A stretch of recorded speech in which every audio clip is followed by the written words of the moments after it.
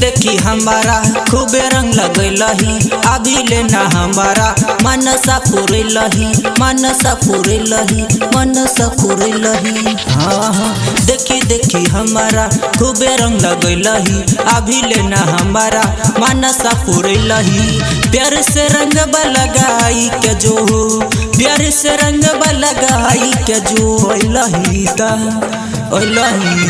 रंगबा लगाई के जो न त दोसरा से मुहबा मोरी के जो ओलही रंगबा लगाई के जो न त दोसरा से मुहबा मोरी के जो।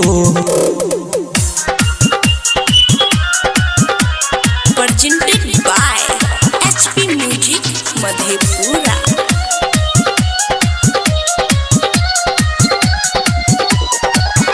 हाँ सालो भर में याद तोहर आबै छही फगुनामा तोही यहाँ से आस हमरो बुराई मोहरी रानिया।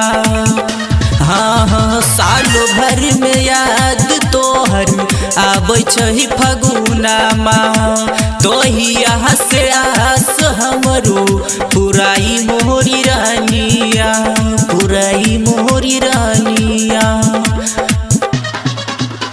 छियो हम तैयार गे रंग डाल देना माल उम्र जवानी में डहल के जो उम्र जवानी में डहल के जो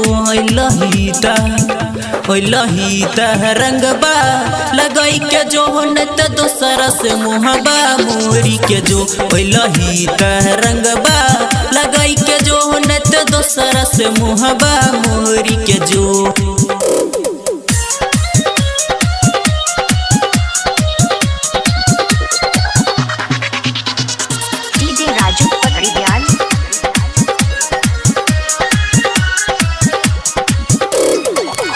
मन से कहई छियो सुन ले हमर बात गे उमरल जबानी के तोहर मिल तो हमसे सकून गे।